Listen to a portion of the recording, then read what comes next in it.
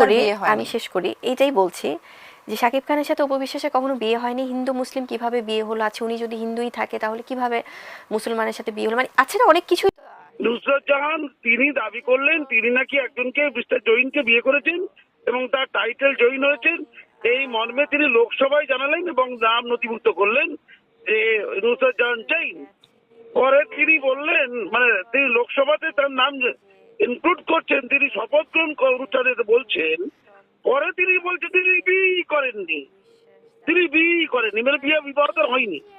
মানে যেখানে এই বাংলার নায়িকা নুসরত জাহান ধর্মের নামে মুসলিম ভোট পেয়ে বসিরহাট থেকে জয়লাভ করেছিলেন, ধর্মকে তখন ব্যবহার করেছিলেন, তখন মাননীয়ারও মাথায় কাপড় আর নুসরত জাহানেরও মাথায় কাপড়।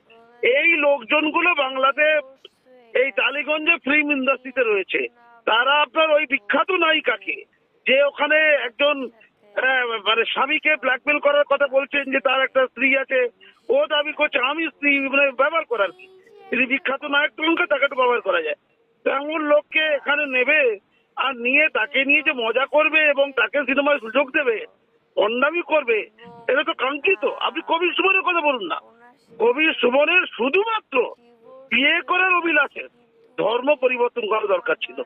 সাবিনা ইয়াসমিনকে বিয়ে করেছিলেন কেবলমাত্র ইসলাম ধর্ম নিয়ে তাকে গ্রহণ করার জন্য, অর্থাৎ ইসলাম ধর্মটা তার কাছে খেলনা ছিল, একটি বিয়ের জন্য ইসলাম ধর্ম গ্রহণ। ইসলাম ধর্মের কিচ্ছুটি মানেন না, কোন বিধি নিয়ম কানুন কিচ্ছু তোয়াক্কা এখন করছেন না। এবং যতটুকু জানি সাবিনা ইয়াসমিনের ওই ট্র্যাপ থেকে তিনি বেরিয়ে এসছেন, এখন আর তিনি সাবিনা ইয়াসমিনের সাথে রিলেটেড নন। সাবিনা ইয়াসমিনের কন্যা, তার নাম বাঁধন, সকাল বিকেল গালাগাল দিচ্ছেন এই কবির সুমনকে, প্রথম স্বামীর কন্যা আর কি এই সাবিনা ইয়াসমিনের। ফলে তার বিয়ে করার জন্য ধর্ম পরিবর্তন দরকার ছিল এবং তিনি আদৃত হলেন তৃণমূলে এইসব লোকগুলো আদৃত হবে। এই নায়িকা নাম বলতে ঘৃণা করছে তাই সে আদৃত হবে, তারপরে মুসলমানদের কাছে মাথায় কাপড় দিয়ে ইফতার পার্টিতে যাবেন, ইসলাম ধর্ম রক্ষা করার জন্য জানপ্রাণ দিয়ে দেবেন, মুসলমানদের রক্ষার জন্য বলে একদম আমি মুসলমানদের রক্ষা করতে বলে রেড রোডে প্রচার চালাবেন, মাথায় কাপড় দিয়ে ঈদগাহে চলে যাবেন। এই ভণ্ডামি নষ্টামি নোংরামি এখন টালিগঞ্জে যারা মাতব্বর তাদের কাছে এই ভণ্ডামি তো গ্রহণযোগ্য হবেই।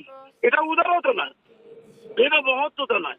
ব্যক্তি স্বাধীনতা থাকতে পারে, স্বাধীনতার সাথে ভণ্ডামির অনিবার্য সম্পর্ক থাকার কথা না।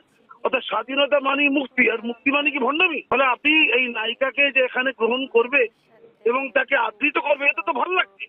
অমন টাইপ ওই ধরনের মানুষজন তো এখন খুব ভালো লাগে। এখানে যে টালিগঞ্জ ফিল্ম ইন্ডাস্ট্রি চলে, এই শিলেখা মৈত্র বারবার দাবি করে কিভাবে তারা নায়িকা হিসেবে স্থান লাভ করতে পারে। যারা অনুপ্রাণিত নয় তাদের কি মরণ দশা হচ্ছে, আমরা কি সেটা কম জানি? এখানে কি গুণীর কদর হয়? আদৌ হয়েছে, এককালে হতো। এখন কি হচ্ছে? এখন কিসের কদর হয়? আপনি একটু নুসরত জাহানদের বুঝে নিন, তাহলে বুঝতে পারবেন। ধন্যবাদ।